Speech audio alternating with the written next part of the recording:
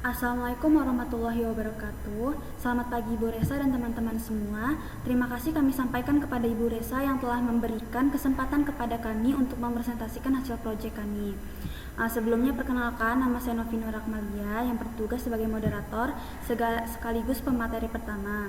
Dan bersama rekan-rekan saya, yang pertama ada Konita Zulfa Zahra, yang kedua ada Arlia Sabrina, yang ketiga ada Hania Rasma, dan yang kelima ada Anissa Levina Hamri. Dalam video ini kami akan mempresentasikan hasil proyek kami dengan judul. Pertama-tama saya akan men-share screen materinya.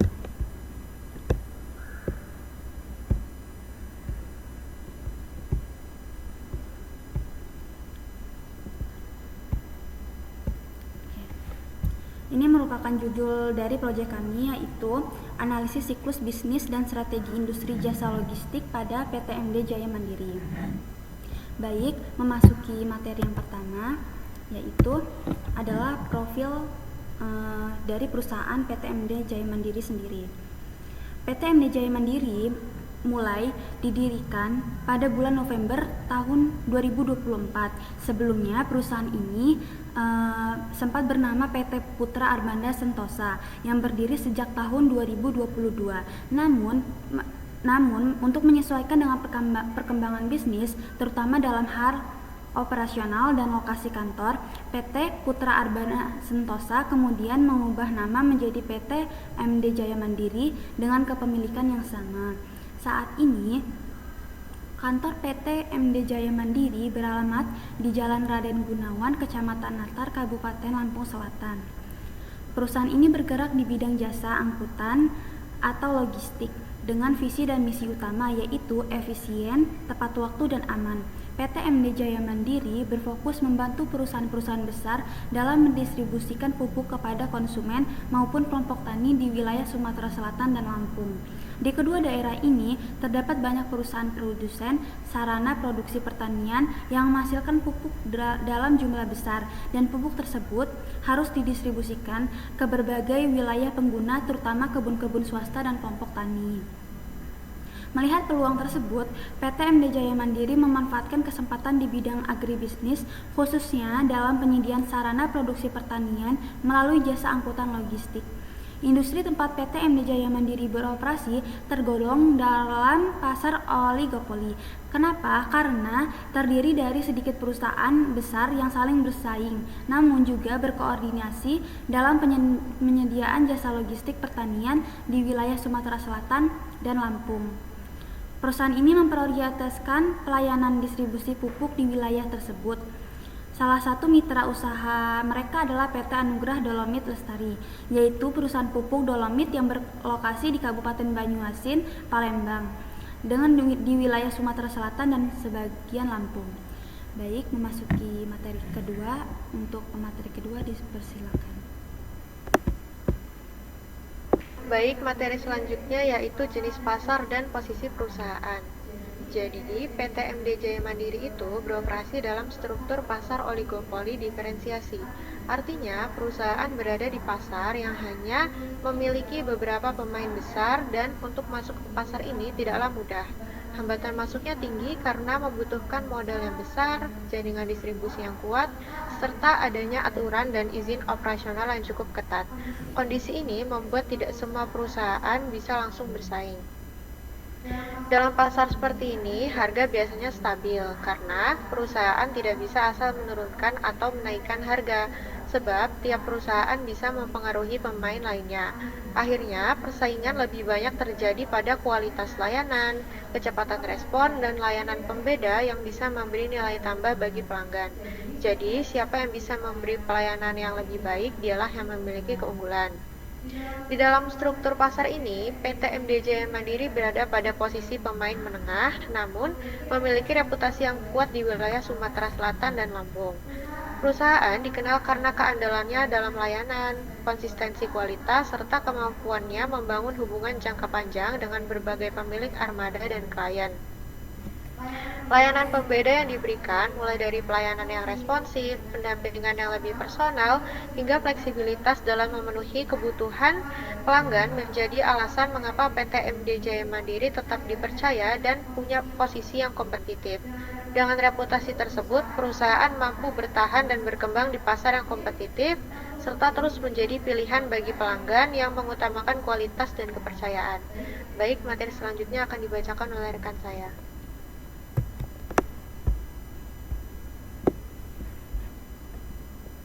Baik, materi selanjutnya adalah keunggulan kompetitif. Ada 3 keunggulan utama PT MD Jaya Mandiri atau yang mereka sebut sebagai prinsip 3A. Yang pertama itu ada aman. Perusahaan menjaga kualitas pengiriman melalui pengawasan ketat dan pencatatan detail kendaraan serta sopir. Mereka berkomitmen pada konsep Zero Defect Delivery, yaitu memastikan barang sampai tanpa kerusakan atau kehilangan. Yang kedua, itu ada adaptif dan fleksibel.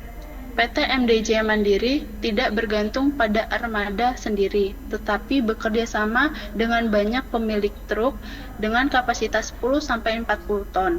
Fleksibilitas ini membuat mereka mampu menjangkau lokasi-lokasi yang sulit, seperti kebun dengan akses jalan terbatas yang seringkali tidak dapat dilayani perusahaan logistik besar.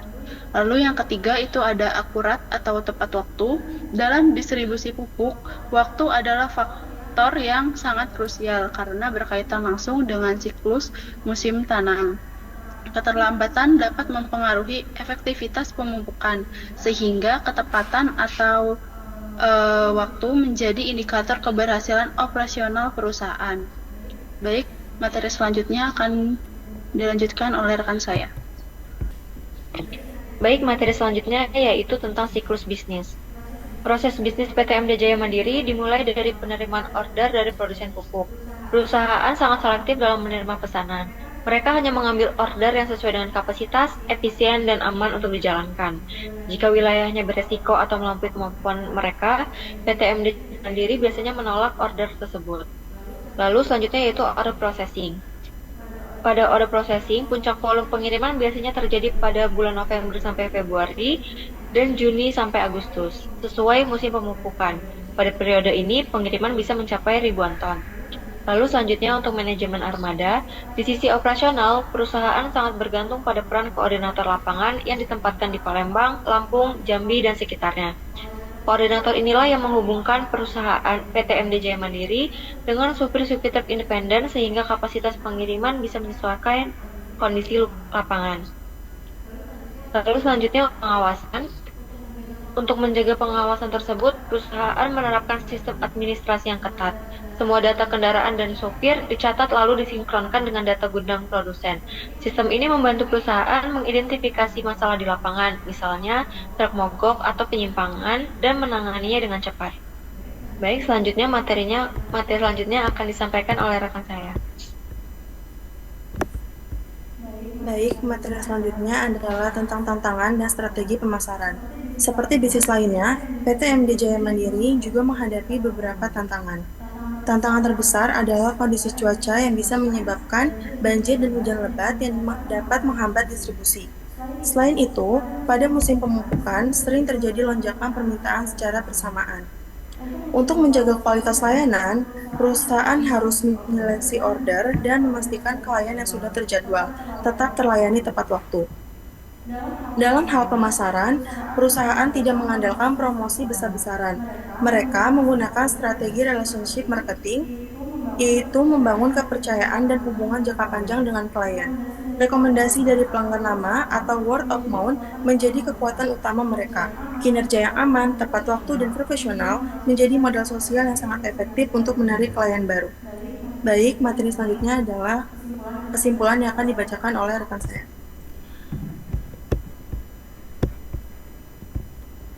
Baik, untuk kesimpulan sendiri, PT MD Jaya Mandiri mampu bertahan dan bersaing di industri logistik melalui 3 kekuatan utama, yaitu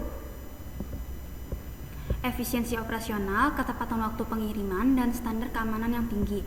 Fleksibilitas operasional melalui jaringan Koordinator lapangan membuat perusahaan dapat menyesuaikan kapasitas dengan kebutuhan di lapangan, terutama saat permintaan meningkat. Selain itu, strategi pemasaran berbasis kepercayaan dan hubungan jangka panjang menjadikan perusahaan tidak bergantung pada promosi, tetapi pada kualitas layanan sebagai modal utama untuk menarik dan mempertahankan pelanggan.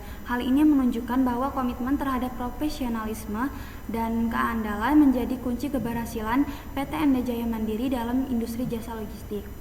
Baik, terima kasih. Demikianlah hasil presentasi proyek kami dari kelompok 9. Terima kasih kami ucapkan kepada Ibu Resa atas perhatian dan waktunya serta teman-teman. Kami harap materi ini dapat menambah wawasan dan memberi pemahaman baru mengenai strategi dan siklus bisnis pada industri jasa logistik. Nah, berikut merupakan output yang kami hasilkan dari wawancara pada PT MD Jaya Mandiri sendiri. Yang pertama itu ada hasil wawancara.